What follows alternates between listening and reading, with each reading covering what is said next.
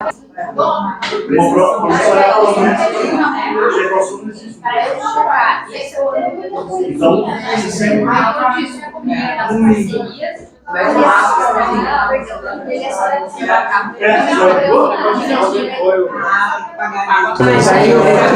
ela falou assim, ela não porque o dinheiro realmente é só daí ela falou assim, o que ela tem, eu acho que R$9.000 por isso.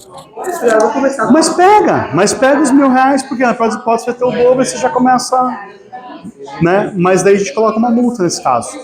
A gente coloca uma multa. Eu até posso mencionar isso, que eu vou falar das artes. Legal. Eu vou fazer a proposta. E aí a gente vai falando. Daí, firme? Vamos falar. A gente vai voltar daqui a 4 minutos, pode ser? Voltamos em 4. E é legal que eu vou voltando gravando, xingo os outros. Sabe por que eu falo um monte de palavrão e xingo? Porque ninguém assiste. Não dá nada. Mas vai que assim você consiga. Viu? Imagine o presidente do Cresce me ligar assim. Né? Falar assim, tal. Bom, beleza, né? Vai ter bastante. Vai estar gravado? Felizmente no Brasil existe uma coisa que é o seguinte: a exceção da verdade. A exceção da verdade é um instituto consagrado. Então, se você está falando a verdade, você pode xingar todo mundo, não tem problema.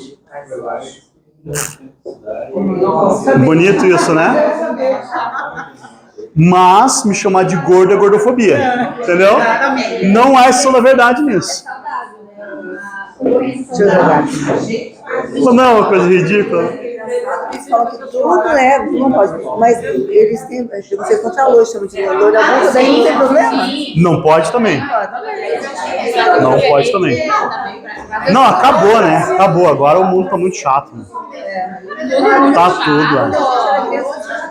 Não tinha bullying. As crianças ficam eu tive um que me contaram uma semana, os dois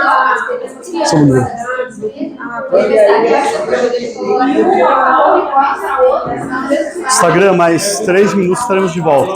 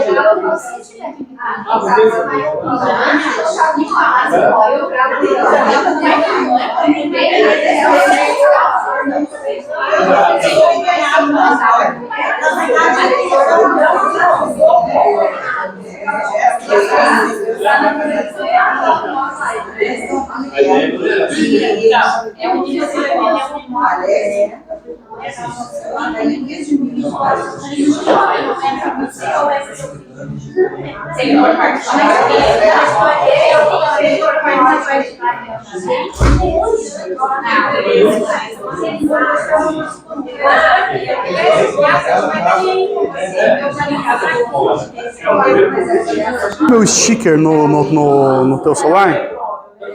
Meu cartão virtual, não?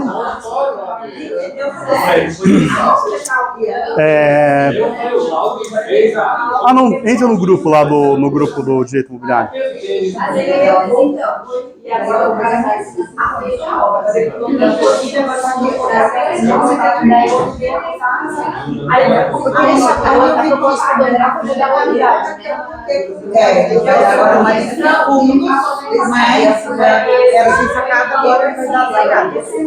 Você agora tem contadora e eu não abri o CNPJ ainda.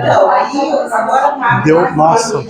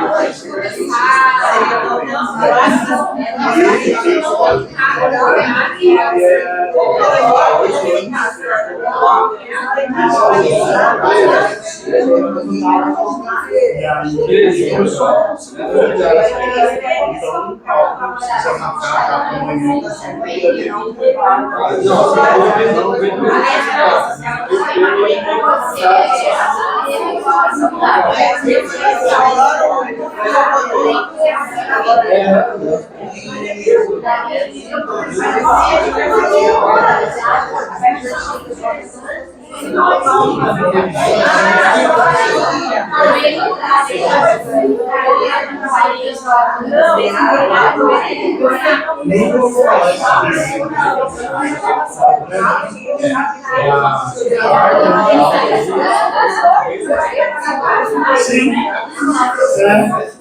Vamos poder.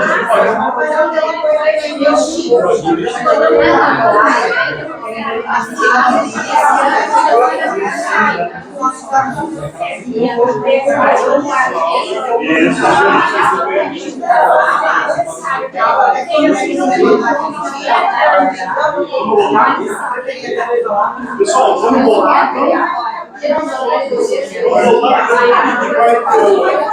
A gente vai pro bar depois. Daí depois a gente vai pro bar.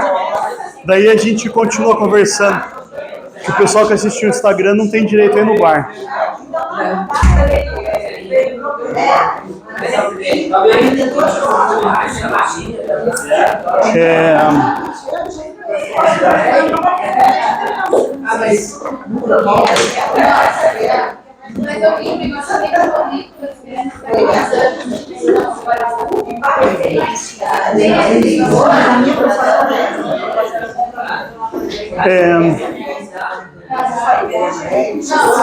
Vamos lá.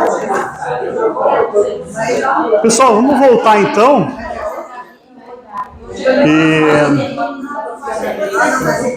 A gente vai voltar aqui e daí a pedidos eu vou recapitular integralmente o começo da apresentação. Olha que legal como é fácil.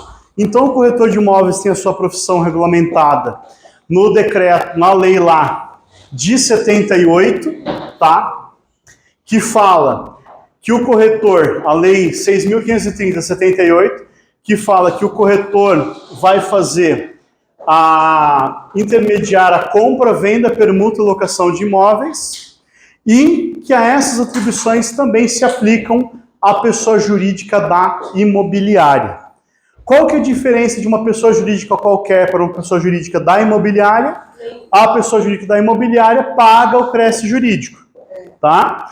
O CRES exige que toda imobiliária tenha o CRES jurídico, tá? Juridicamente falando, isso não seria necessário, pois órgão de classe é de pessoa física. Mas isso é uma briga que a gente vai perder. Então, se você usar o seu nominho pessoa física, cresce jurídico, cresce físico. Se você usar o nome fantasia, converge imóveis, você paga o cresce jurídico. Beleza?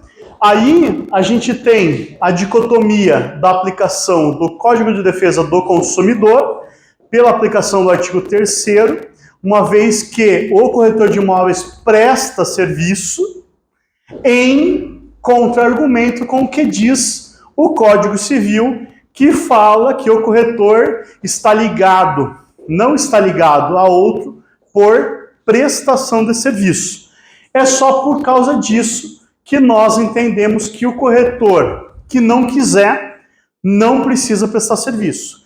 A prestação de serviço é a exceção do contrato, é a exceção do Código Civil. Então, só vai existir prestação de serviço se você assim desejar. Então, você vai colocar no teu contrato que você presta serviço, que você faz isso com foto, com vídeo, pagando advogado, que você faz isso do jeito que você quiser, tá? Mas não pode, em tese, o juiz atribuir a você uma prestação de serviço que está prevista no 593 e seguintes. E como a gente viu no finalzinho da primeira etapa dessa corrida, na reforma do Código Civil, que não está vigente ainda, mas um dia estará, ele tem lá uma previsão que, se o contrato não prever um prazo, esse vai ser de 5 anos, o que é oposto ao que prevê o contrato de prestação de serviço do Código Civil, que fala que o contrato não pode ser superior a 4 anos. Por isso, entendemos que figura do corretor de imóveis está previsto no Código Civil, 722 ao 729, e que não é prestação de serviço, por um monte de coisas, inclusive porque o prazo é diferente. Beleza? A gente tem decisões malucas dos TJs de Santa Catarina, atribuindo a responsabilidade solidária e determinando a restituição do valor, né? Por que eu brinco que é uma decisão maluca e não é bem uma decisão maluca? Porque pode ser que foi a opção da imobiliária, na época, fazer uma prestação de serviço. Entendeu? Então, assim, não dá para se dizer que naquela audiência lá, o corretor não sentou diante do juiz e falou assim: eu prestei o meu serviço de forma adequada, não é direito dele me cobrar o valor. Mas se o corretor falou que fez uma prestação de serviço adequado, ele se ferrou.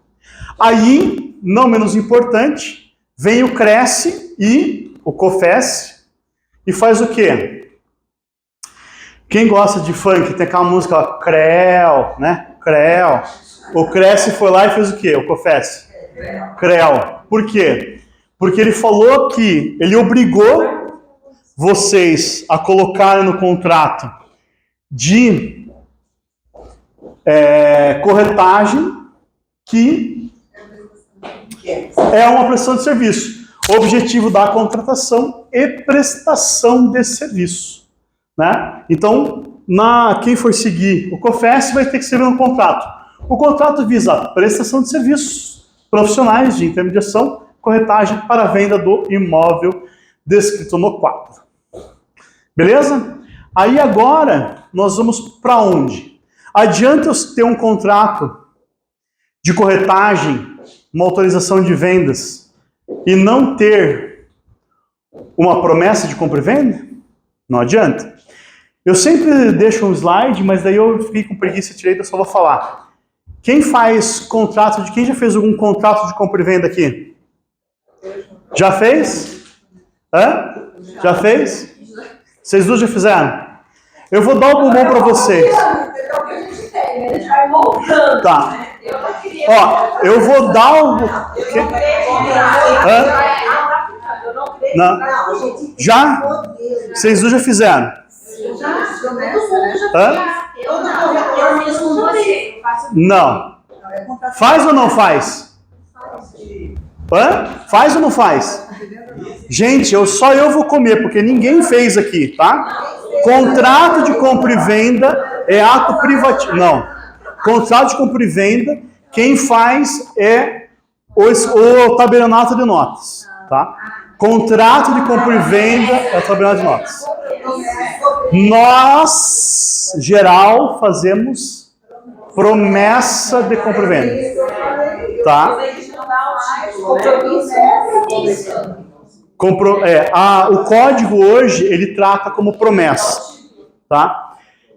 Qual que é a diferença, tá? No código, o 108 fala o seguinte, que o contrato de compra e venda tem lugar quando você vai vender um imóvel até 30 salários mínimos. Então, se for mais de 30, o corretor não pode fazer, daí tem que ser por escritura pública, beleza?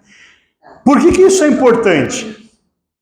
Só para quando você falar com aquele corretor snob, na reunião com o teu cliente e com o outro, que ele apresentar o contrato, eu vou assim, contrato de compra e venda. Eu falo assim, olha, você pode só corrigir, porque a gente faz só a promessa, o contrato que faz o cartório. Você dá essa nele, assim, ele já vai se colocar no lugar dele, tá? Instrumento particular de compromisso de compra e venda não é também? O termo mais legal é a promessa. Tá?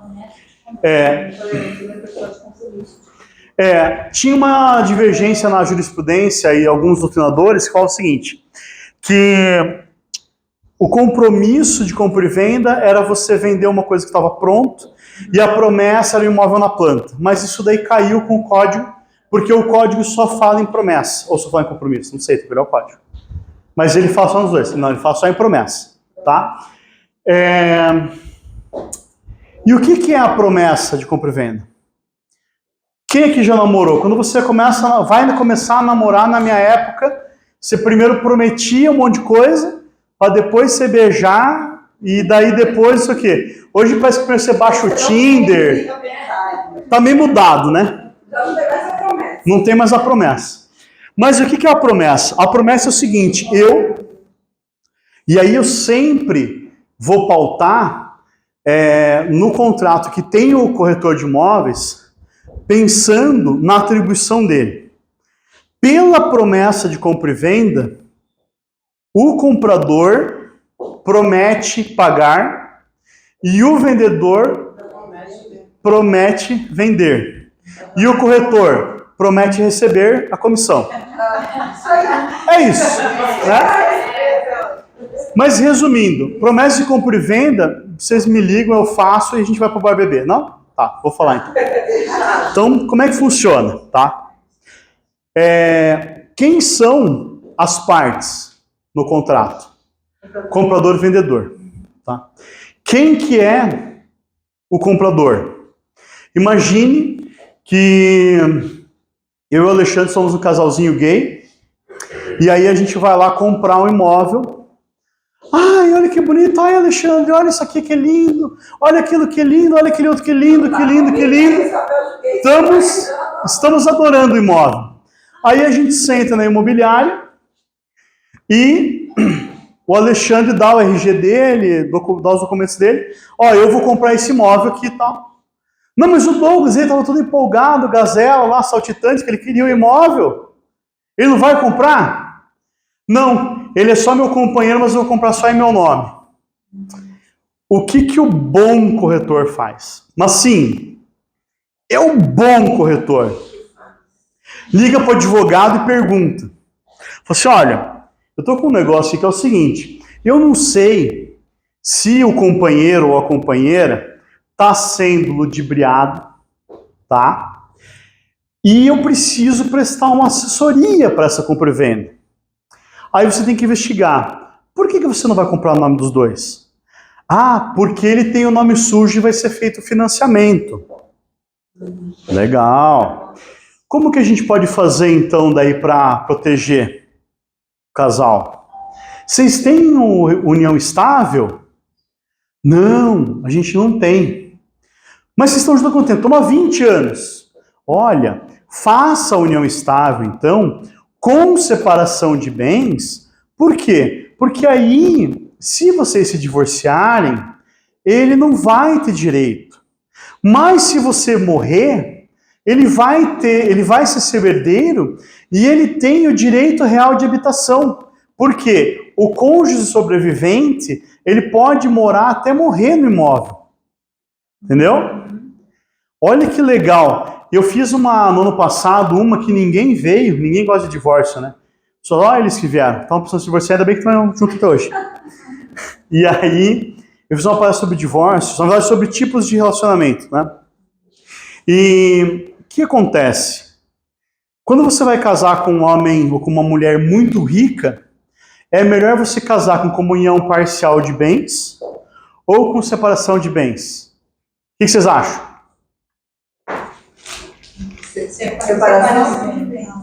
Separação de bens. Por que é melhor casar com separação de bens? Porque se você matar a pessoa, você é herdeiro. Entendeu? Eu também tenho a mesma resposta. Então você ganhou a resposta. Tá acabando. Se acabar o bombom, eu pago uma rodada de show. Entendeu? Se a gente faz a comunhão parcial e me separar na constância ali, eu não recebo nada. Se eu matar, eu não recebo nada. Por quê? Eu não sou herdeiro, eu só vou ser herdeiro se for separação de bens. Legal, né? Aí, o que isso tem a ver com a promessa de compra e venda? Tem tudo. Por quê? O corretor top é aquele que domina todos os artigos, todas as cláusulas da promessa de compra e venda. Quanto tempo eu levei para entender isso? Só 25 anos. Então, vocês corretores já são experientes, larguem a corretagem, vão fazer a faculdade de Direito, daqui a 25 anos a gente vai estar no mesmo lugar. Entendeu? É fácil. Não é arrogância minha, é humildade. Porque eu falei isso outro dia e acharam que era brincadeira. Há 8 anos atrás eu achava que era especialista em imobiliário. Hoje eu tenho certeza que não sei bosta nenhuma. Entendeu? Porque todos os dias tem muitas variáveis, né? Hoje a gente atende, sei lá, mais de 500 corretores e todos os dias tem uma coisa legal diferente. Então, assim, mas imagine, pense assim no nível que você vai atingindo, tendo essa maturidade sobre o negócio, tá? Então, chegou lá o casal, poxa, faz um aconselhamento. Por quê? Às vezes você não tem o melhor imóvel, mas você dá essa assessoria para o cara ali na faixa de cara e fala, meu, esse corretor aqui é diferente, né? O que eu preciso ter na promessa? Não precisa nem de slide. Então eu preciso ter comprador, vendedor, imóvel, intermediador, datas. Datas. Eu fiz uma correção não, me consultaram, nossa imobiliária tem 40 corretores, tem um departamento jurídico, tem um jurídico interno e externo, e daí eu queria que você desse uma olhadinha porque não tem o que fazer. Daí foi olhar. Fizeram um contrato bem bonito, 18 páginas, uma promessa de compra e venda, a minha tem acho que 5, hoje eu queria que tivesse 2. 18 páginas, só esqueceram de colocar o prazo de financiamento. Se no contrato não tem prazo de financiamento, qual que é o prazo? Essa vale mais um bombom, vamos ver se tem mais. Quem acertar o prazo ganha um bombom, senão eu vou comer esse. Prazo para assinatura de financiamento se não previsto em contrato. Doutor, prazo se não previsto no contrato. Janine, alguém de casa? Para sempre? Então, no direito, qualquer que for o contrato, se não tiver uma data especificada, é no ato. Olha que inferno. Se assinou a promessa de compra e venda, você tem que ir lá e pegar o financiamento. Entendeu?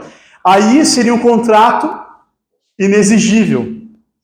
Porque é impossível, né, essa realização no ato. Esse aqui é meu, depois eu talvez eu dê para outro. Então, veja o que acontece. A comissão era de R$48 mil nessa transação. Tá?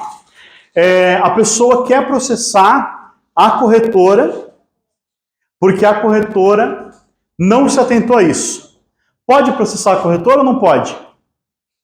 O corretor faz contrato? Não. Então não pode processar o corretor. Nunca, jamais, em tempo algum, a menos que o Cresce coloque lá. Ele faz um monte de cagada. O corretor não pode ser responsável pelo contrato. Aí, foi uma provocação que eu fiz no nosso grupo de direito imobiliário da OAB. Uma vez que o Cresce está impondo agora para vocês um contrato padrão, caso dê algum problema em virtude do contrato, quem que vai processar? O Cresce. Processo o Cresce. Eles querem fazer contrato, processa eles. Interessante, né? Muito interessante isso, não é? Quando falam para mim assim, você não dá uma olhadinha só nesse contrato? É praticamente impossível, por quê? Para a gente olhar um contrato, a gente tem que pegar toda essa sopa de letrinha, que lógico, a gente vai tendo prática, a gente vai fazendo, acaba fazendo mais rápido, mas você tem que fazer o quê? Eu leio no meu WhatsApp, eu leio no computador, eu vou dormindo, eu leio de novo. Sim, se eu entregar para vocês um contrato em menos de 2 dias, dá mais uma olhada que eu fiz uma coisa errada. 1417, mediante promessa de compra e venda em... Viu? É a promessa mesmo. É isso aí. É a promessa. É a promessa mesmo, que está no código. 1417. Aí, qual que é o BO? O BO é que a gente tem que ter no mínimo tudo isso daqui, ó. Opa! O que eu fiz? Só um pouquinho, deixa eu ligar. Você sabia o carro preto? É o teu? Preto? Ah, o teu? Troca de lugar lá pra nós? Tem mais um carro preto? Mas tá no estacionamento? É. Ah, não. Tá, então é o teu. Você troca de lugar lá? Qual que é o esquema? A gente tem que pensar assim. Então, nesse quadrinho aqui, a gente tem que pensar que assim, o mínimo é isso. Então, o que eu tenho lá? A descrição das partes, pensando se a parte é casada, não é, né? E aí, inclusive, tem uma coisa que a gente sempre esquece, você pergunta assim, você vai pagar como? Vou pagar em dinheiro. Com o dinheiro teu ou o dinheiro da mamãe? Com o dinheiro da mamãe. Você tem que colocar uma doação financeira junto no contrato. Porque o cartório vai exigir. Se o dinheiro vier da conta da mamãe, porque ele tem 4% de imposto. Sério. E tem pessoas que agem dentro da lei, né? E não faz o Pix para o filho pagar, né? Paga direto e aí tem que recolher. Tá? Doação financeira. Forma de pagamento. Isso daqui, tá? Vale para o contrato de corretagem também. O que é importante? Vou vender meu imóvel por 500 mil. Como? Só no Pix. Não quero financiamento, não quero nada. Se eu colocar isso no contrato e daí você arrumar alguém para comprar e eu desistir, eu tenho que pagar a comissão. Você vai prever lá que você vai perder a comissão. Se você falar que é 500 mil mediante proposta e eu falar, eu pago 500 mil à vista. Não, eu queria só em gado. Não queria em dinheiro. Desfaz o negócio. Brincadeira, em dinheiro pode. Mas se for financiamento imobiliário, se for permuta, se for qualquer outra coisa, prazo para pagamento direto, a pessoa pode rejeitar e aí você perde. Tive casos já que estava exatamente assim. 500 mil, 1 milhão e 500, 1 milhão e meio, mediante dinheiro ou financiamento imobiliário. E aí a pessoa foi comprar com carta de crédito, de consórcio. Eles falam que avisa, mas... Eu recomendei, tá? Não cobrar a comissão. Porque, assim, juridicamente falando, consórcio também é um CDC. O consórcio também é uma sala de crédito. Mas eles passam, né? E aí, então, assim, eu acho até talvez ela poderia ganhar ação. Só que o judiciário hoje está muito mal das pernas do direito imobiliário. Então eu tinha certeza que ela ia pegar um juiz que ia falar consórcio não é financiamento. E aí a pessoa iria perder, estava quase... agora eu não lembro, acho que era 90 mil o valor da causa, isso é um valor alto. A pessoa acabou não fazendo, e daí vendeu para um outro, deu tudo certo. Mas ela acabou não fazendo aquela transação. Então, objeto, tá? O meu objeto pode ser uma posse? Pode. Pode ser uma posse. Então, eu vou vender a posse do imóvel da matrícula tal. Pode ser a nua propriedade? Alguém sabe o que é nua propriedade ou não? É uma... tem aquela...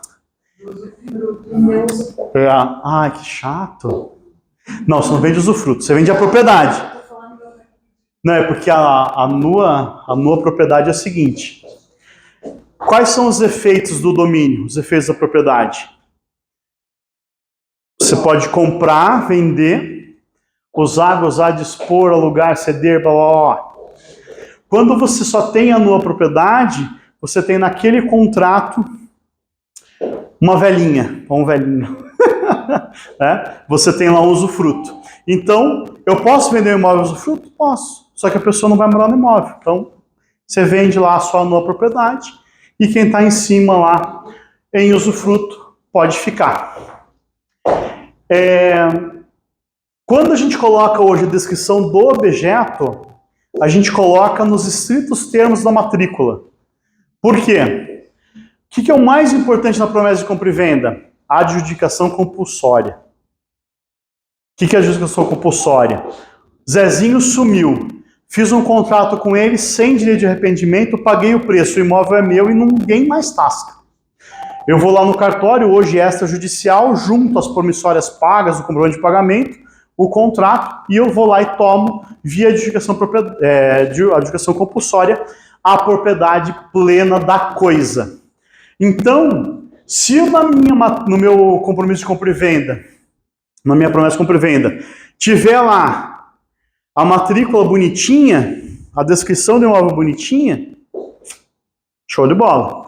Se não tiver, e daí vocês pediram para o estagiário fazer o contrato, ou para um advogado bom aí de trezentão, e ele colocou errado no meu da matrícula. Aí você se ferrou. Entendeu? Então, se você tiver a descrição certinha e o número da matrícula errado, tá valendo. Você tem a descrição certinha. Beleza? E aí, o que mais que eu gosto de colocar? Indicação fiscal. Por quê? Aí, mas eu não sabia que tinha dívida de IPTU. O problema é seu. Estava lá no contrato, você podia ter consultado. Entendeu? Mas isso aí nós fazemos levantamento. Mas isso a gente faz levantamento, chamando o carezinho para ele ver certinho o que está falando. Só que veja o seguinte, quando está no contrato, porque quando eu vou executar, porque vocês sabem, né, que esse tipo de evento, ele é um evento extremamente egoísta, né? Eu só faço pensando em mim. Por quê? Não é que eu quero vocês como clientes só. É o que eu quero que, se vocês forem meus clientes, vocês tenham feito os negócios certos. Entendeu? Me deve ficar fácil, né? Então, assim, quanto mais você tiver, melhor. Porque, assim, eu mandei, mas eu troquei de e-mail, deletei, sei lá, né? Então, se tá tudo ali, não, fica mais legal. Então, você coloca lá, no objeto, o escrito, o recorte bonitinho do texto da matrícula, nome, cartório, indicação fiscal e uma coisa que parece ridícula, que é se tem financiamento ou não. Todo mundo aqui sabe, talvez a Sofia não saiba, o que é interveniente quitante. Sofia, é o seguinte, minha casa lá está financiada, aí tem lá R na matrícula, troca de propriedade. AV, averbação. Eu vou lá e ninguém compra imóvel hoje. Quem compra é a Caixa, são os bancos, né? Os bancos estão comprando imóvel doidado. O banco vai lá e comprou o meu imóvel, aí vai aparecer lá uma averbaçãozinha com o número de contrato. Isso significa que eu tenho a posse direta e o banco tem a posse indireta. Eu não posso vender sem a anuência dele. A gente perdemos, tá? A gente perdemos, gente, um processo em segundo grau, porque o Tribunal do Paraná, os 3 desembargadores, entenderam que o corretor foi omisso ao não falar que tinha uma alienação fiduciária no imóvel. A pessoa desistiu da compra por ter alienação, sendo que ela ia comprar financiado. O banco sabia que estava financiado, fazia diferença nenhuma. Qualquer retardado sabe, menos aqueles 3 que jogaram o processo. Você entende que assim, puta de uma porcaria o judiciário? Sabe por quê? Porque assim, é muito processo. Eu fico o dia inteiro falando de direito imobiliário, nós somos em 8 advogados, a gente fala de um monte de coisa aqui no escritório, né? Então você imagina o tribunal, tem milhares de processos, então eles não têm essa sensibilidade, sabe? E aí o cara vai olhar, ele vê, não, prestação de serviço, quando fez consumidor, no dia de informação, não informou, foda-se, perdeu a comissão. E aí nesse caso, foi mandado devolver as arras. Porque alguém reclamou A causa é o seguinte, eu paguei as arras para você, e aí você consultou um advogado que falou o seguinte, desfaz o negócio, a pessoa queria desfazer por motivo, desfaz o negócio porque tem lá uma alienação fiduciária que não foi informado pelo corretor. Mas veja, não faz diferença nenhuma. E outra, tá na matrícula. Eu tenho assim... Não processos meus, tá? Eu tenho dezenas de decisões ao longo das últimas 2 décadas que eu falo o seguinte, a parte não pode se beneficiar da própria torpeza. Você vai comprar imóvel, a única coisa que você tem que saber, lê a matrícula. Então, fulano comprou imóvel de quem não era dono. O problema é dele. O corretor não tem nada a ver com isso. Tem um monte de decisão assim, tá? E é errado colocar, por exemplo, você coloca que existe uma alienação com valor aproximado de... Eu sempre falo assim, coloca isso. Perfeito. 250 mil. Perfeito, não tem problema nenhum. É isso. Eu nem coloco o valor, tá? Eu coloco que tem o valor e que vai ter que ser quitado. Tem o valor. Esse que a gente fez agora, a gente colocou. Tem o valor. Então lá no objeto eu coloco, ó, tem o financiamento. Beleza? Tem o financiamento. Você quis colocar no anúncio? É. Quer ver que legal? Ô, Léo, tudo bem? Entra no Instagram lá. Valeu. Mas tem que informar o... Quando o cliente está interessado, tem que informar o cliente que tem já... Talvez até colocar no anúncio hoje, sabe? O dia que o pessoal tá louco. Sei. Mas assim, não você seria legal, legal. dá pra... Por exemplo, o seguinte, imóvel não aceita parcelamento direto, pois possui alienação fiduciária. Você pode meter um asterisco lá embaixo. Vamos ver o pessoal da internet, só um pouquinho. A gente já volta nessa lei. Parabéns. Tá? Nessa parte tem uma coisa muito importante, comercial. Isso, eu vou falar disso. Aí assim, ó. Aí vejam só. A gente tem que fazer o quê? A gente tem que repelir, por exemplo, o cara que está especulando, né? Mas o mais importante do dia a dia da imobiliária é o jeito que vocês trabalham. Porque veja, se eu tivesse aqui para cagar regra para imobiliária, eu tinha minha imobiliária e ia concorrer com vocês. Eu não sei nada de direito de imobiliário, entendeu?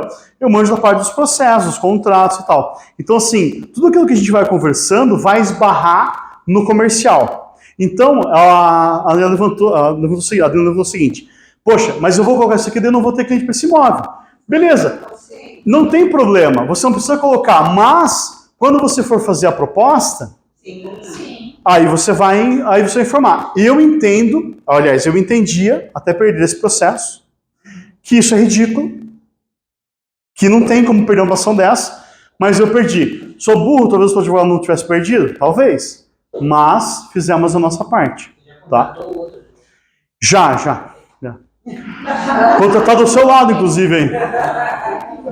A gente está contratado... Não, mas, assim, veja... Oi? O processo explicitante foi o seguinte. Houve lá, então, uma proposta, tá? Aí, dessa proposta foi feita um compromisso, uma promessa de compra e venda. E, logo depois da promessa, a pessoa falou o seguinte: eu quero fazer o distrato com desfazimento do negócio, pois o imóvel tem uma alienação. O meu cliente falou: foda-se, porque o interveniente quitante, o banco vai quitar, para o banco não tem problema nenhum. Foi obedecido o prazo do contrato. Mandaram notificação, é só ir lá no Itaú e assinar o contrato. E a pessoa desfez o negócio. E aí o juiz e depois o tribunal entenderam que faltou informação no relator. Então vocês veem o seguinte, e não é que eu estou querendo, assim, me ajudar a angariar um monte de cliente, não é isso. É porque o negócio está difícil mesmo, a gente tem que se unir, sabe? Peguem o departamento jurídico de vocês, assim, sentem assim, doutor, vamos dar uma olhada aqui como é que tá, sabe, esse negócio, porque é muito sério, sabe? Esse meu cliente vendeu 5 imóveis no ano, um deles ele teve que pagar. E assim, ele vai ter que pagar, ele foi mandado solidariamente a pagar a comissão e as arras. Então, se o proprietário não tiver as arras, ele vai ter que pagar do bolso dele. Entendeu? Ele vai ter que pagar do bolso dele.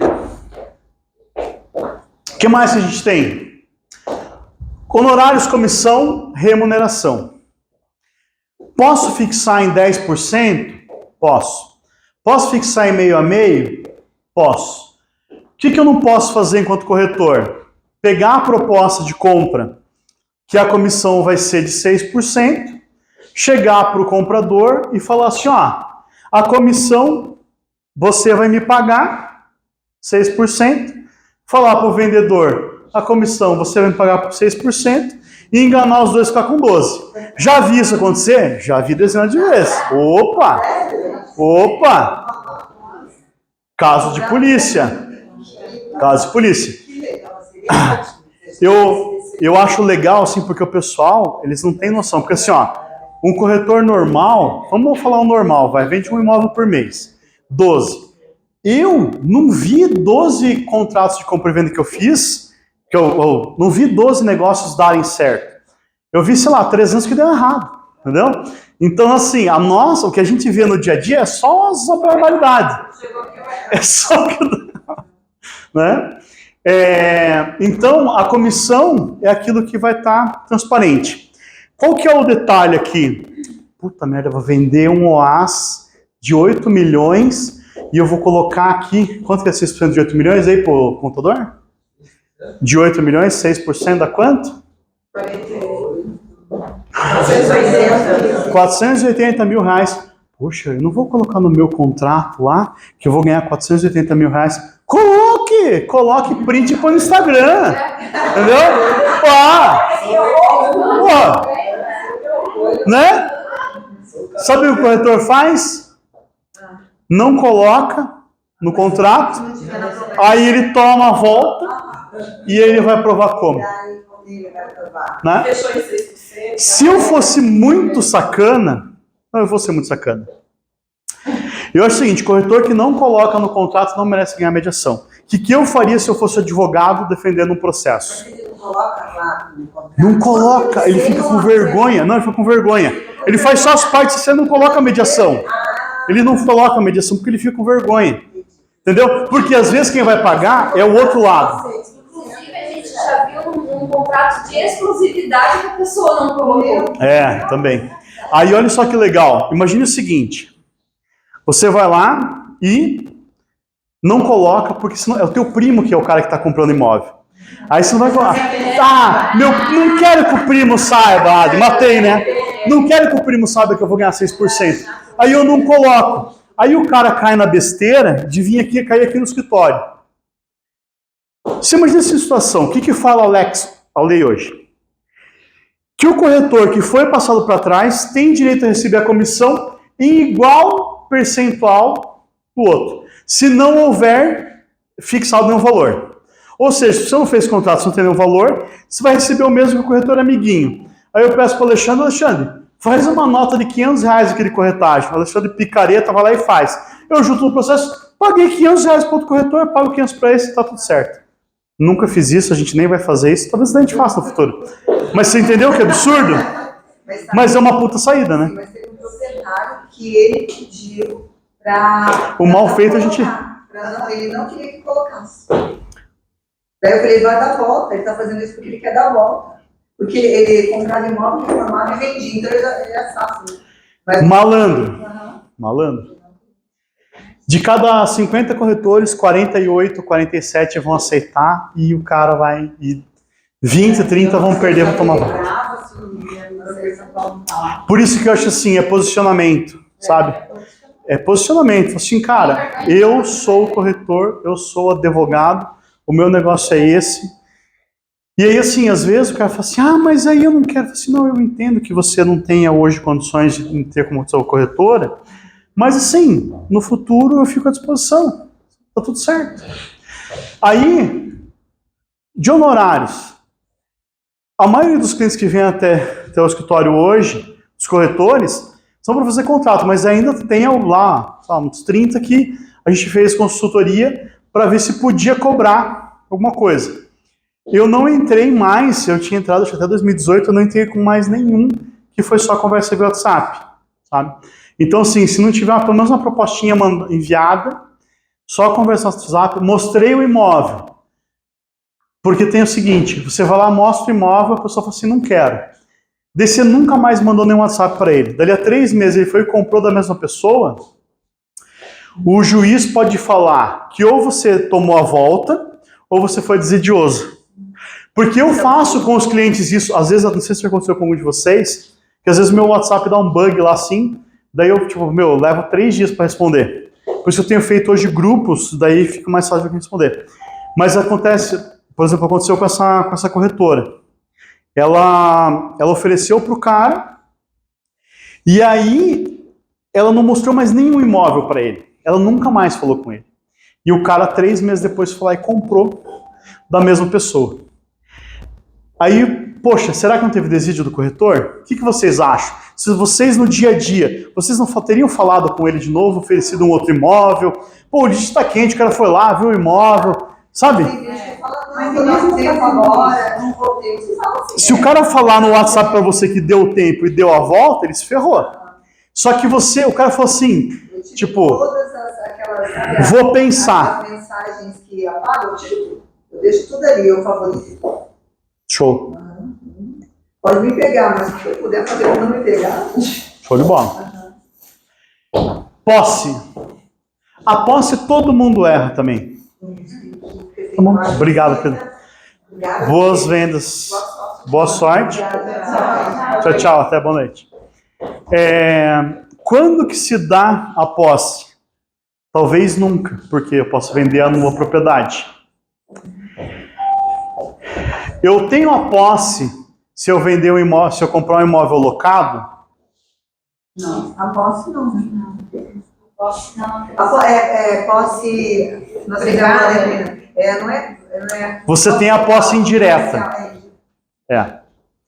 Só que daí se você comprar um imóvel locado financiado, daí você não vai ter nenhuma posse. Porque a posse direta é do inquilino. A posse indireta é do agente financeiro, é do banco. Aí você não tem posse nenhuma.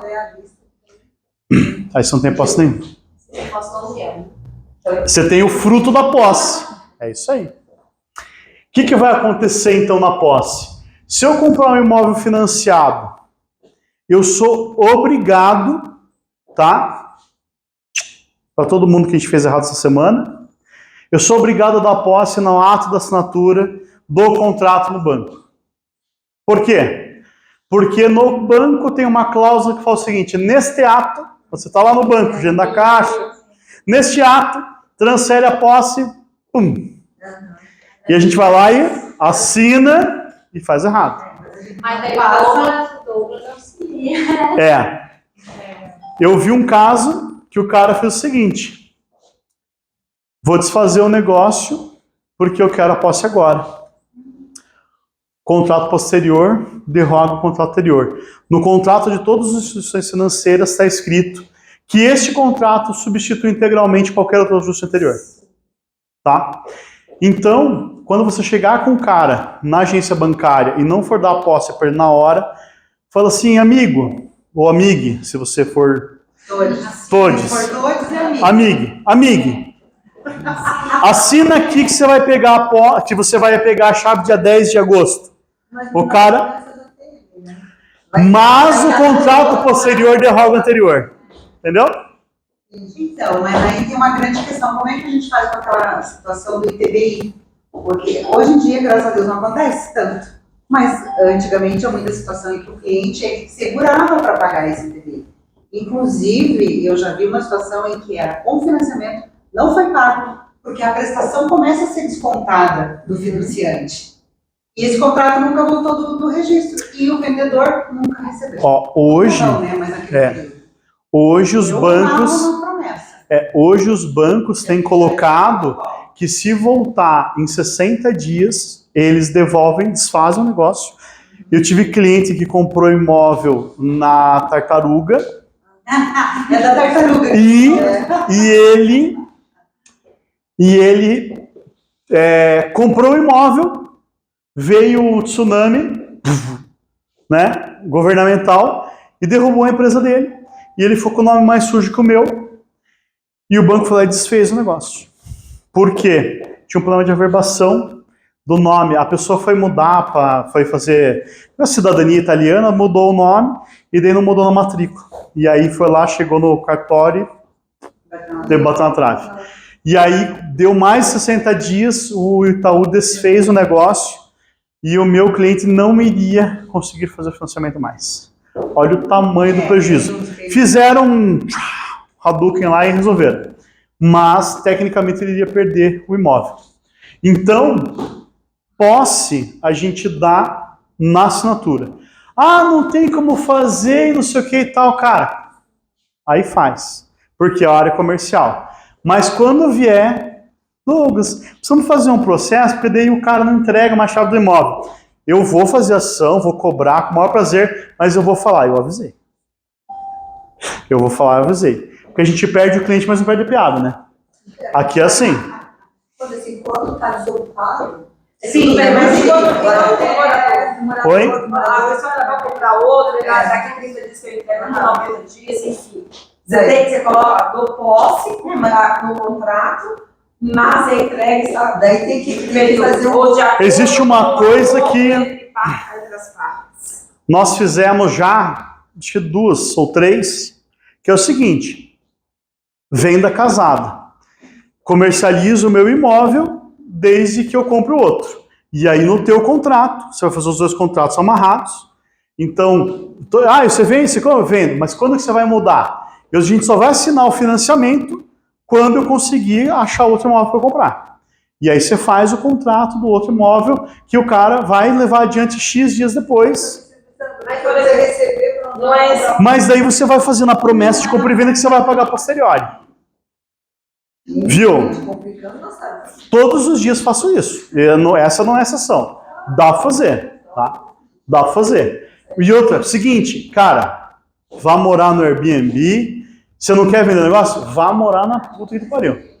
E aí você coloca uma multa grande, caso o cara não saia, 1% do valor do contrato ao mês de aluguel. Só um pouquinho. Eu fiz uma venda e ela era a proprietária advogada. E o que São os piores. não, advogado, Ô, raça. A promessa. E daí o que ela fez? Ela não somente não entregou na data ali, né, na assinatura do financiamento, como ela falou que ela só entregaria após o banco fazer o pagamento. Que não é errado. Não é errado você colocando no lugar do vendedor. Por isso que eu sei, a gente entende todo o conceito. Mas na prática, na vivência do mercado, a gente sabe que não existe. Mas eu vou falar assim, ó, vocês estão com a amostra de casos, ela é complexa. Por quê? Eu vejo muito mais casos do que cada um de vocês individualmente, porque eu tenho, sei lá, hoje quase 500 corretores. Então, assim, eu já fiz, acho que pelo menos uns 100 desses que a assinatura no banco está condicionada a pessoa achar outro imóvel. E daí, no contrato dela achar outro imóvel, ela toma posse antes para fazer isso. A gente fez isso junto, né? Tem, acho que 2 pelo menos. Então, assim, dá para fazer. Qual que é o BO, tá? Quando a pessoa tá lá no imóvel, que nem nos casos do advogado, eu teria feito a ação lá e ela ia se ferrar. Por quê? Ela assinou na caixa, ela tem que ser imóvel. Assinou no banco, ela tem que ser imóvel naquele dia. Entendeu? Tem muito cliente que compra com 20% de entrada. Você entregaria o seu imóvel se você só tivesse recebido 20%? Se eu quisesse vendê-lo... 80% dependendo do banco. Aí prenota no registro, não volta para o banco. Aí o vendedor está ali. Então, aí também tem um outro detalhe, que a gente nunca coloca nos contratos. A atualização do valor do banco. Tipo assim, hoje leva mais uns 60 dias para o banco conceder assinar o financiamento. Aí leva mais 30, quer dizer, são 90 dias para cair o dinheiro. Se não prenotar. Se prenotar, você poderia colocar, se prenotar e for culpa do vendedor, cobrar lá um taxinha, alguma coisa. Vai ser difícil receber? Vai, mas pelo menos o pessoal vai se coçar. Pegar que a culpa é do agente financeiro, Não. o vendedor explica, tá bom, aí extrapolou o prazo. Aconteceu isso comigo. Foram 5 dias que saiu do prazo, aquele nota que a gente fez pro consórcio. Sim. Sabe o que a vendedora falou? Tá bom. Ela queria dividir o condomínio, o percentual que era proporcional de cada um. Ela só falou assim, mas nós passamos o prazo, não tem uma multa? Só que a culpa não era da do agente financeiro. Era do cartório. Aham. Ou uma data lá e por isso deu 5 dias de diferença. Eu falei, tá bom, vou tentar falar com a compradora. Vê se ela aceita. Já paguei o condomínio, fica por isso. Fica por Porque a condomínio. multa ia ser muito mais alta. Lógico, E lógico. ela queria cobrar. E aí assim, como a culpa foi do condomínio, ela poderia pagar a multa e entrar com a reclamação do cartório. Mas ela poderia pagar e cobrar do cartório, entendeu? Ou cobrar diretamente do cartório. Então, na posse, você viu que quase não deu discussão, né? Bem tranquilo, né? Saímos todo mundo de forma pacífica. Viu? Não é o mais complicado? A parte que mais dá problema é É lógico que eu não posso. Comentou lá que dá pra E cada um olha o seu lado. Tem do lado dele e o lado você falou. Eu não recebi porque. Mas às vezes, só contar um caso rapidinho, às vezes a gente ganha dinheiro nisso, tá? Tem uma cliente que ela tinha uma condição de divórcio para homologar, para poder entregar, assinar na escritura pública. O comprador queria dar só 50 mil de entrada, 70 mil no ato de assinatura do documento da escritura pública. Do financiamento. Então ele dá 50 de arras, 72 depois. Aí eu peguei e falei com a minha cliente, mas por que você não dá a chave para ele agora? Era um imóvel comercial muito mais fácil. Tá, né? Ah, porque eu só vou ter recebido 50. Eu falei, tá, mas se você receber 120?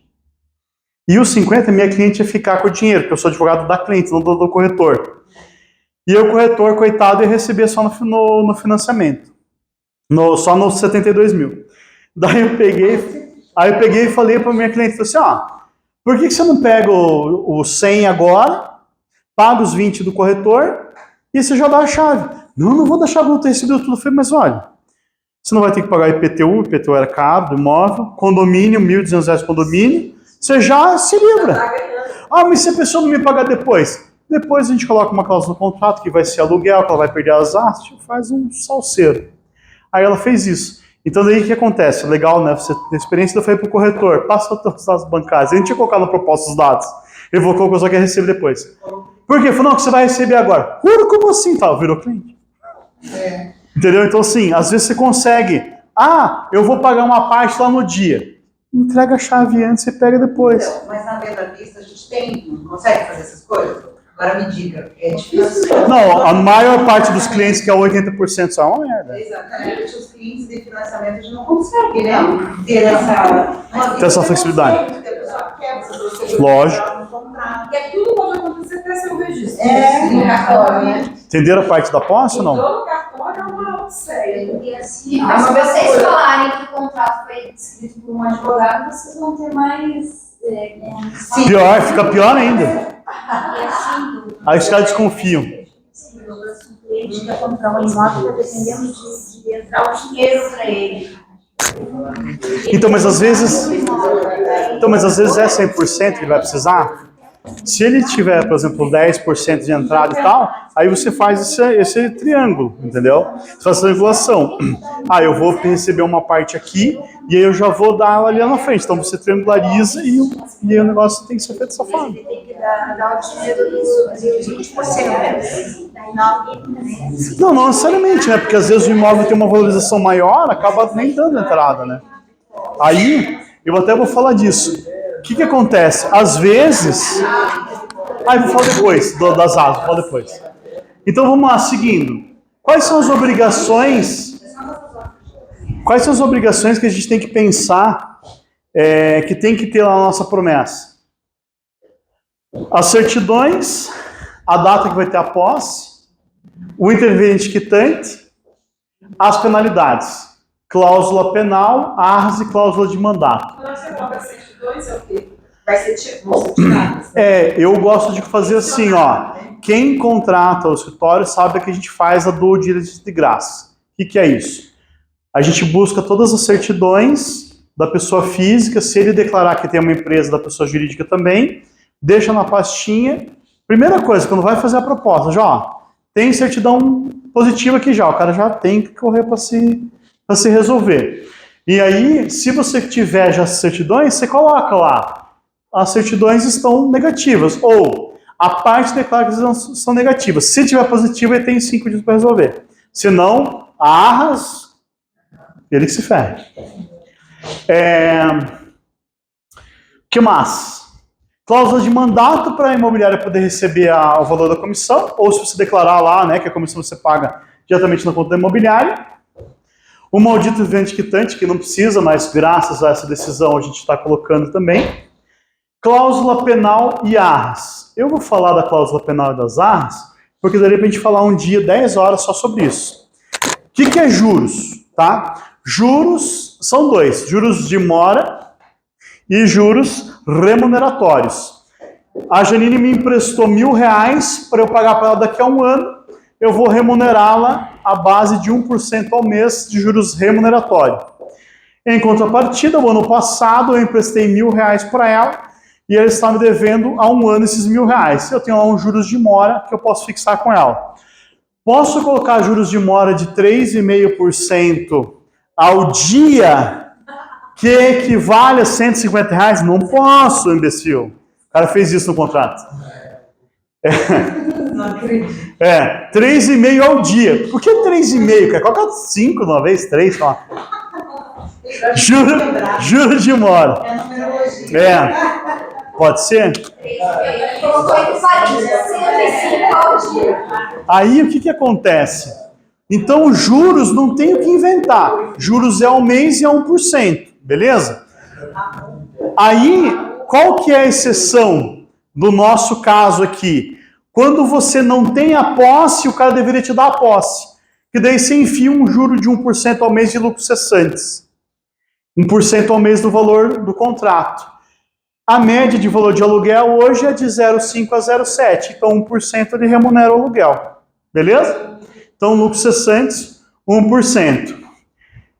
Eu vou falar primeiro da cláusula penal, depois eu vou para as ARs.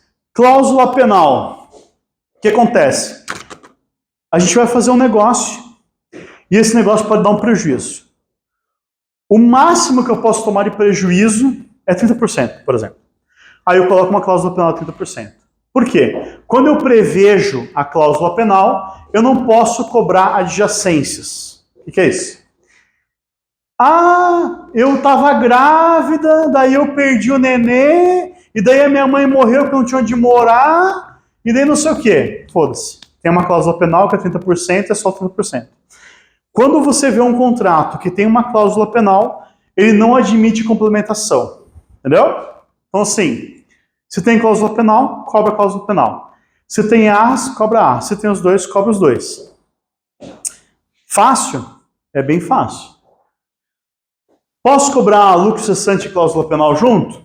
Não posso. Que merda, né? Todos os nossos contratos estão errados, porque a gente coloca.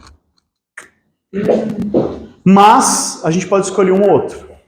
Digamos que a cláusula penal seja inferior a esses juros de 1% ao mês. Sei lá, a pessoa não saiu do imóvel um ano depois. Em vez de eu cobrar 10% de cláusula penal, eu cobro 12% do lucro cessantes. Beleza?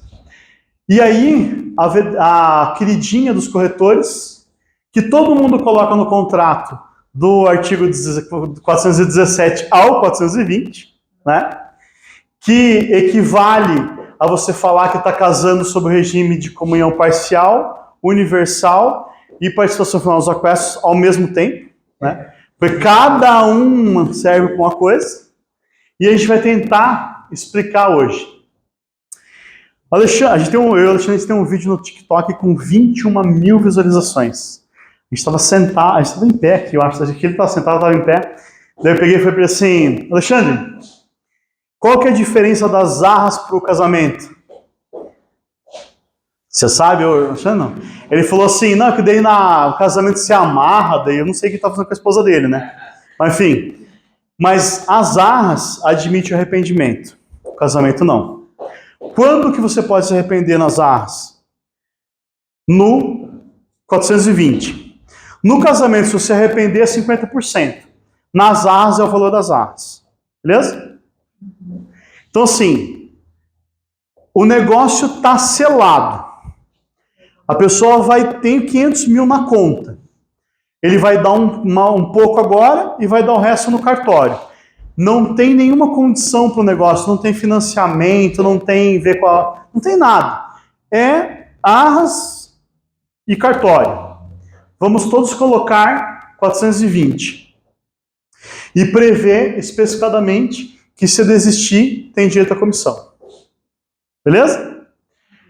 Ah, não quero mais por qualquer motivo. Foda-se. Perdeu as arras. Posso dar umas arras de 495 mil e deixar 5 mil? Posso. Tá? Aí, eu estava falando com o Rodrigo, e isso é muito legal. Eu tenho o imóvel, tá? Como é o nome mesmo? Desculpa. A Patrícia tem o dinheiro. Ela foi lá com o Alexandre e escolheu o meu imóvel. Eu tenho um imóvel. Então, eu tenho um imóvel. Ela vai ter que financiar, vamos ver se o banco vai dar crédito para ela, tal. Mas eu tenho um imóvel. O que me impede de continuar com esse imóvel no mercado em busca da proposta perfeita? Do pagamento via Pix na hora. As arras. Por que as arras e não a cláusula penal? Porque na cláusula penal, o juiz pode reduzir equitativamente o valor que você atribuir. Pense o seguinte, 500 mil no dia da assinatura no cartório, à vista. Não tem arras. Tem uma cláusula penal de 50%. Beleza? Assinatura em 10 dias. Qual foi o prejuízo que você teve em esse negócio ser desfeito? Você só não vendeu ele em 10 dias. Então, para o juiz é muito difícil ele dar 250 mil de indenização por causa de 10 dias. Entendeu? Agora, se você dá umas arras de 250 mil reais, ou de R$1.000, ou de qualquer valor que seja, o juiz não tem a moral. Sabe, vocês já fizeram, vocês nunca fizeram isso, mas eu já fiz. Você já fez também. Chamar o juiz de incompetente ou não? Tipo, a gente advoga na área trabalhista, faz só processo trabalhista, e daí o cara é prestador de serviço, e daí ele entra pedindo vínculo de emprego. Primeira coisa que fala para o juiz do trabalho, fala que ele é incompetente. Por quê? Porque esse processo tem que ser julgado na justiça comum. Então eu posso chamar o juiz de incompetente. Quando você faz um negócio e não tem arras, vamos supor, eu vou comprar o teu imóvel e eu vou financiar 100%, que existe essa possibilidade. Sim, claro. Então não houve transação de sinal de negócio com arras nem nada. Aí vai usar o penal? Vai usar a cláusula penal. E aí qual que é o problema? Você está ali ao arbítrio do juiz, entendeu? Eu acho que é muito seguro você ganhar a mediação, então você ganhar lá os 6%, o valor que você fixar, caso o cara venha a desistir, mas você não pode colocar que tem uma arras que vai ser dada no dia da alienação. Por quê? Eu vou colocar o meu imóvel à sua disposição e você tem que me dar alguma coisa. Você não pode me prometer dar arras no futuro. Arras é troca de mão. Então eu vou lá e eu dou as arras. A tua visão é depositar na conta do proprietário? De quem quiser.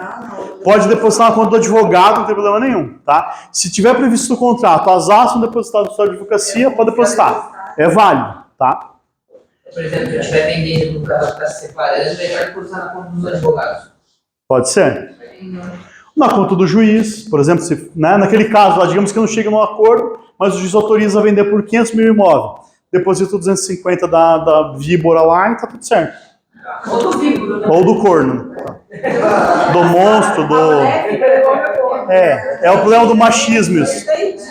A gente tenta fazer umas piadinhas gay, mas a gente acaba sendo machista, não tem jeito. Naquele caso lá, nesse caso, então, a gente vai colocar nessa cláusula. O ideal é a gente colocar a cláusula penal, mas daí a gente tem que ter ciência de que colocaria, por exemplo, assim, lá o direito à comissão ficaria preservado, e aí uma cláusula penal, né, pode ser um valor fixo lá, mas é aquele negócio, né, sabe, tem tudo para dar errado, tem tudo para dar errado. Eu fiz um único caso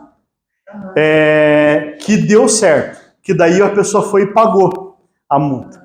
Sabe, todos os outros teve que judicializar, mas teve um caso lá que era até do jogador de futebol, e aí ele acabou separando a mulher. E aí ele pagou, ele não queria, tipo, dispor o dinheiro e tal, a gente colocou um valor de 100 mil reais lá, e daí ele pegou e pagou tal. A gente fez um acordo, na verdade, de 50 mil. Você coloca, você amarra a cláusula penal caso não vá para assinatura, não vá para o cartório, né? Caso eles não compareçam. Com o prazo certinho, também o proprietário não desistir, porque vai para financiamento no prazo. Isso. Mas olha, eu, sinceramente, eu não imaginava que não existia a promissória ou o cheque. Veja só, o que acontece? O problema do direito, qual que é? A gente só vive da exceção, né? Eu só sei a exceção. Então, assim, eu sei que todas as imobiliárias fazem isso. Eu vendi uma casa pela imobiliária blá blá, que é minha amiga Blá Blá, que inclusive falou que ia vir aqui hoje, não veio, recebeu, ela falou assim, ai, vendi sua casa, peguei um cheque, eu falei, deposite na conta imobiliária. Ela não me respondeu. Deu 3 dias, a pessoa falou assim, ela recebeu um e-mail, em cópia, que a pessoa estava desistindo do negócio, pois eu tinha 30 processos. Falei, glória a Deus. Falei, eu tenho quase 1.000. Ela não viu direito. Eu tenho 30 como advogado cobrando honorários, que a gente ganha, daí aparece o nome lá. Mas não tem nenhum, não, hoje até tem uns 50 como real, brincadeira. Mas não tinha nenhum como real, entendeu? Então eu falei assim, aí eu falei pra não, que bom que eu tenho, né? Mandei o Jus Brasil, falei, tenho mais de 1.000, hoje tenho mais de 1.400, graças a Deus. Porque eu sou advogado. Não, mas eu quero desistir porque eu sou procurador do trabalho. Eu falei, não, mas então aqui você não entende nada mesmo. Falei no e-mail. Por isso eu não tenho. Ela falou, eu também tenho formação jurídica. Daí eu falei, qual? No e-mail isso, né? Ah, sou procurador do trabalho. Eu falei, por isso você não entende nada mesmo. Então você vai ter que pagar. E aí a corretora falou, ah, então, e que eu não depositei as ações. Eu falei, não tem problema. A imobiliária então pode me pagar. Porque a pessoa ia assustar o cheque. Não, guardou o cheque? Guardou o cheque. A pessoa ia assustar por desacordo comercial, ela falou que ia assustar, aí eu falei para a imobiliária, então você pode pagar para mim os 10 mil, porque eu não abro, eu faço questão. Aí eu notifiquei a imobiliária e daí a mulher foi e pagou os 10 mil, a procuradora do trabalho. Por isso que eu sempre perco os processos trabalhistas lá, achei que posso disso aí. Brincadeira. Só perdi do Alexandre, mas a gente vai reverter, fica tranquilo. É ruim falando do processo dos outros, né? Então, você falou assim, que quando é à vista, vai no cartório, é 420? 420. 420, pense no casamento. 17. Ó, 417 ele é uma frufru do 418. 418 que é o que manda. Que é o quê? As arras do 418, ele é o seguinte. Eu vou fazer um negócio com você, mas a gente ainda tem algumas coisas para ver. Por exemplo, tem que ver o financiamento se vai dar certo, tem que ver se você vai sair do imóvel, entendeu? Então, no dia a dia, a gente faz do 418. No dia a dia. Por quê? Porque todos os imóveis estão enrolados, né? Então, se tem um inquilino, é do 418. Por quê? Porque o 418, ele admite complementação. Então, as arras vão servir de indenização mínima, e aí você pode cobrar lucros cessantes, dano moral, dano material, você pode cobrar tudo. Entendeu? Em regra, a gente coloca hoje na proposta 420 e daí na promessa o 418. Entendeu? Então a gente coloca hoje essa diferenciação. E olha que inferno. No teu contrato de corretagem, você deveria prever que, inclusive, a gente vai exigir as arras do 420 ou do 418. Na própria contrato de, não, do contrato de corretagem. No contrato de corretagem. Usar qual no contrato? Que você vai, na proposta, falar do 420, que daí seja científico do cliente. Cara, se você aceitar a proposta, você vai perder as arras, né? E vai pagar a comissão. E aí, se for um negócio já depois ocorrer, aí você toma 420. O pessoal tá dormindo aí? Dormindo? O que mais? Sofia, entendeu tudo? Próxima palestra, a Sofia que vai fazer. Esse prazo de o nome imobiliário tem um prazo de efeito? Não. Quando a gente fala do Código do Consumidor, se fosse os prestadores de serviço, se fosse, né, que eles pagassem serviço, não teria aqueles 7 dias de arrependimento? Ó, os 7 dias de arrependimento vale na lei da incorporadora. Por quê? Porque na incorporadora você não compra o imóvel vendo. Você compra o contrato. Daí você pode se arrepender em 7 dias. E me parece que teve alteração, né? Teve essa alteração. Ou quando você compra pela internet. Então, por exemplo, eu fiz a promessa de compra e venda pela internet, não fui ver o imóvel, e aí eu posso querer me arrepender. Eu desfaria o negócio. Tá? Eu aceitaria desfazer, por quê? Porque você vai ter o juiz que vai entender que aplicou do consumidor. Então, poxa, mas eu nem vi, foi uma compra por impulso. Né? Porque esse dia, de repente... Visitou o imóvel. Porra, visitou, já era. Acabou. E aí você coloca a arras 420. Se arrepender, você vai perder o dinheiro.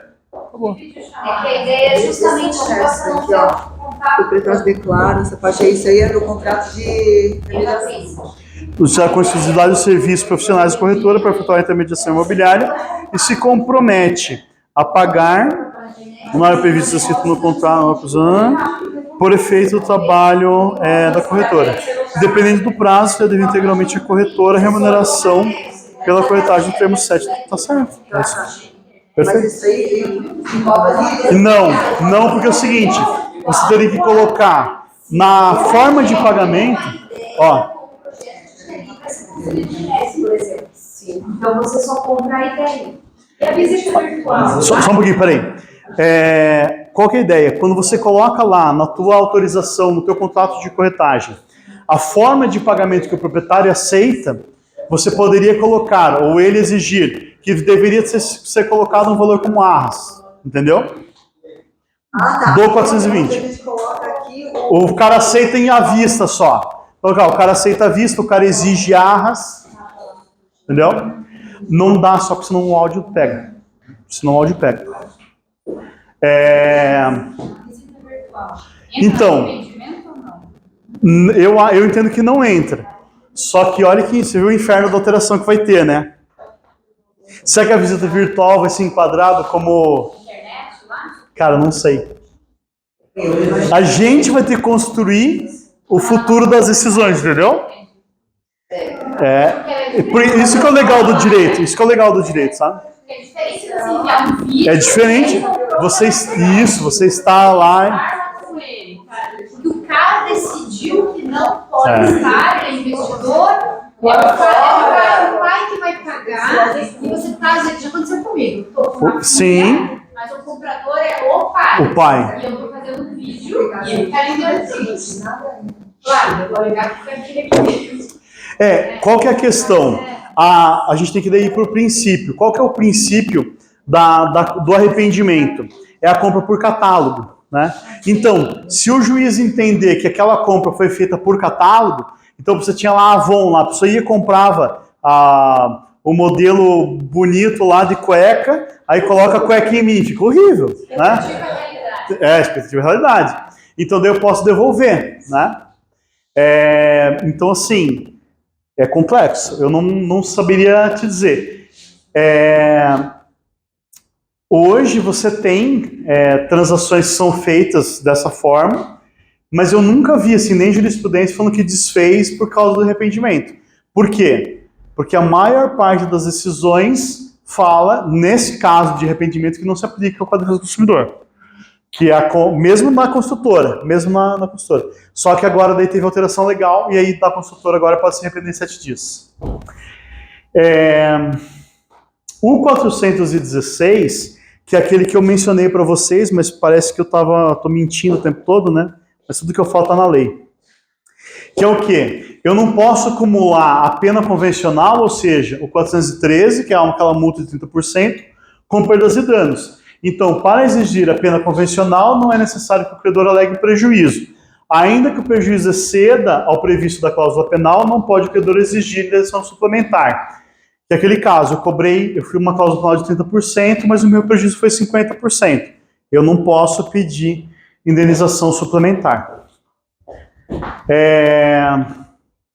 A arras, então, pense no casamento, tá? 420 é o casamento, não pode se arrepender. 418, você vai ir executando para e passo. Então, 418, o contrato tem um monte de problemas. Vai ser financiamento, vai ter um monte de coisa. 418, vai ser a indenização mínima, aquele valor das arras. E aí não aplica o 417, é aula de direito, né? Então, se você colocar arras, você pode cobrar o 417. Se você colocar o 413, você não pode cobrar o 417. Por isso acaba aquela indenização. Por isso que arras pode ser acumulada com cláusula penal. Mas cláusula penal não pode ser acumulada com prejuízo. Oi? Onde tem a parte lá no contrato que fala de armas, eu coloquei o 417. É que quando você faz a leitura, o mais correto é o 418, mas dá para entender, porque o diferentão é o 420. O 420 é o do arrependimento. Eu posso desfazer do negócio que eu quero. O cara que assina o contrato no 417, 18, 19, eu vou me arrepender. Você não pode se arrepender. Se você pagar o preço, o negócio é teu. Você arranca o cara através de qual tipo de ação? Reintegração de posse? Emissão na posse? Emissão na posse. Reintegração é só quando eu já tive a posse um dia. Ou outrora. Quais são as outras cláusulas bacanas que a gente tem? Pessoal, tô com muito sono. Vamos rapidinho. Retrovenda. Fiz a casa do meu sonho. Fiz a casa do meu sonho. Vou vendê-la para o Alexandre. Mas se o Alexandre for vendê-la no futuro, eu quero ter o direito de comprar. Eu coloco uma cláusula de preferência. Legal, né? Essa aqui acho que ninguém sabia. Não. Aprendemos alguma coisa hoje. Oi? Grava na matrícula. Tudo grava na matrícula.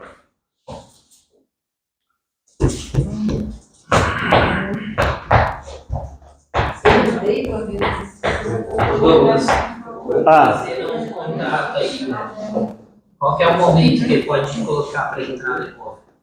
oi? No pagamento final? Não. Eu gosto do seguinte. Essa é a parte fina da aula de hoje. Para que serve o corretor de imóveis? Intermediar. No português bem claro. Não, vamos ficar no juridiquês bem claro. Coobrigação perpétua. Você faz o negócio para que não seja desfeito. Tá? Se o negócio é constituído por posse, propriedade e pagamento, se você der a posse, você eliminou uma das 3 condições do contrato. Entendeu?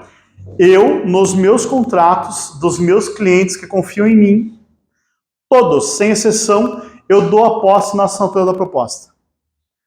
Todos, sem exceção. Coloco uma cláusula penal de 40% se o cara não for se o cara financiar, se o cara sumir, se o cara cair no mundo. Por quê? Por que é fácil fazer processo relacionado a imóvel? Porque o imóvel, ele é imóvel. Não é igual um carro que sai andando, entendeu? Quando você advoga, quando você está intermediando para o vendedor, se o comprador não pagar, você arranca ele de lá. Porque o cara vai estar lá, entendeu? Você arranca ele de lá. Se você fizer isso de assinar na assinatura, o cara entrar, e aí o banco em algum momento não aprovar, e o cara começou a fazer um monte de benfeitoria. Ele perde as benfeitorias, porque você vai colocar que a cessão ele vai perder. Se for prejudicial, ele vai ter que indenizar o suplementar. Só que veja o detalhe, Alexandre. Por que diabos que alguém vende um imóvel? Eu não conheço ninguém que vende um imóvel por frescura, por capricho, por besteira. A pessoa vende um imóvel que ela precisa. Entendeu? Então, quanto melhor você fizer para que esse contrato não seja desfeito, é a função do corretor e a função do advogado. Então, por exemplo, os meus contratos lá dos meus clientes, eu advogo para alguns clientes que daí eu faço, a gente acaba decidindo. Então, por exemplo, tem uma transação que você intermediou, lembra? Da Janita. O que eu fiz? A pessoa queria pagar 30 mil e tinha, acho que era 180. Falei, passa os 180 para cá e te dou a chave. Ela ia pagar 90 dias depois, 100 dias depois, a diferença no cartório. Caso ela não tivesse pago, ela iria perder os 180 mil de entrada. E a gente arrancava do imóvel. Entendeu? Então, qual que é o momento da posse? O momento que você quiser fazer o negócio. Por quê? Imagine o seguinte, a pessoa, que foi o que aconteceu nesse meu imóvel comercial também agora, desse mês passado. A pessoa ia dar 50, ia ficar 72 para outrora. Pegou 120, transferiu a posse, acabou. O juiz, ele, ao analisar qualquer contrato, ele vai fazer de tudo para que o negócio não seja desfeito. Entendeu? Então, se eu já recebi, tive o adimplemento substancial do contrato, já recebi grande parte do valor, já transferi a posse, eu vou utilizar de meios para realizar aquela cobrança. A comissão imobiliária, ela tem lugar quando o corretor executa a sua função. Qual que é a função do corretor? Aproximar as partes. Então, no meu entender, o corretor tem que receber a mediação na primeira parcela. Entendeu? no começo. Na assinatura. Beleza? Na assinatura. Aí você vai colocar no contrato, e caso o negócio venha a ser desfeito por fato de terceiro, o banco negou financiamento e tal, você devolve lá, inclusive, a comissão e tá tudo certo, tá? E eu não gosto de aí uma coisa que a gente faz, e a gente sempre briga quando fala disso, a gente vai falar agora, vai brigar também. O pessoal vai dar 30% de arras, o corretor imobiliário fica com os 30% na conta dela, chocando o dinheiro. Não gosto disso por quê? Imagine lá